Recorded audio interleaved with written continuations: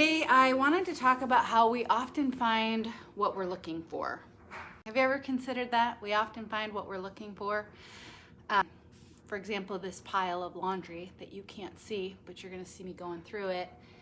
That could seem like a chore and a hassle, and as I was thinking about it this morning, I thought, oh, it's a great opportunity to get something done while I talk to people. In the work that I do with my clients, mindset is a big deal, right? How we occur to ourselves, how the world occurs to us. And a lot of times, people, including myself, can approach the world from this victim stance where we feel obligated to do things. We feel kind of persecuted, if I was going to get dramatic about it. Like I'm the only one always who empties the dishwasher. It's not actually a true story, but that's how it feels some days. And when I lean into that, and when that's the place that I live out of, that like persecution or obligation, I'm not actually very fun to be around. That's a true story. And I don't think I'm alone in that. So today, as you're looking at your Saturday afternoon, or maybe you're listening to this on a Monday or a Tuesday, right? It really doesn't matter. Whatever you have going on in your life, relationship opportunities, work opportunities, chores, right? We get to decide how we want to relate to that. What exactly it's going to mean to us and to who we are. I was reading Esther. I've been reading that this last week. And I don't know if you guys are familiar with Esther. It's a short book, maybe 5 chapters. But she was this girl who got taken to the king's harem, basically, because he got mad at the queen and wanted to replace her. And she was lovely and beautiful and won his favor. And I was thinking about that.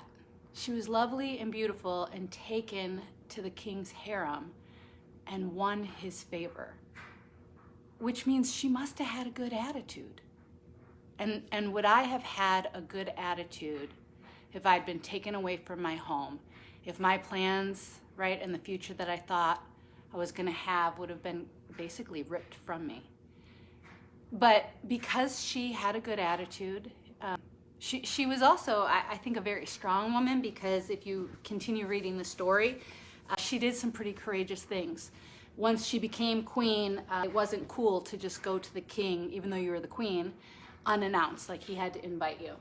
And she decided to show up one day, and that took some courage. Like, she was brave.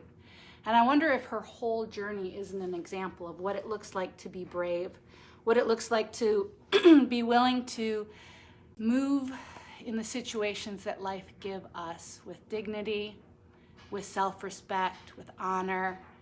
You know, she really did honor the people that were in authority over her. She honored her culture and her community. She had a heart that cared about people. She was also human. Like, if you read the story, there's some fear and some concern, but she planned accordingly. She was a Israelite woman, and before she went to the king, she rounded up the people who cared about her, and she asked them to fast and pray for like 3 days with her. So she knew the importance of community, and while she was going to do something brave and courageous for her community, she asked her community to stand with her too. So she wasn't going to just do it all on her own. And I've been thinking about her the last couple of days as I've been reading this story, wondering where in my life I could have been more agreeable, where in my life I could have used some circumstances that weren't exactly what I wanted them to be or what I thought they were going to be, to create value, right? To stand with people in different ways. So the challenges, the struggles, the chores, the people, right? The work, all of that create opportunity for us. And create opportunity for us to decide, right, how we want to show up, and what kind of energy we want to bring to the world, what kind of emotion or inspiration we want to leave in our wake. And so Saturday afternoon, I'm going to be doing chores for a couple hours. I'm going to put on some music and fill my heart and my mind with some good goodness and see where the day takes me. But I'm going to take advantage of all the opportunities. So I want to invite you to do the same, to consider, right, no matter what's happening in the world, you get to create value if you want to. And if you're struggling with that, or if you need some support, even the Queen Esther reached out to her people. So reach out to your people. And if you don't have people, you can reach out to me, just DM me, and have a little chat. So have a beautiful afternoon, guys. Be good to each other, and enjoy the day.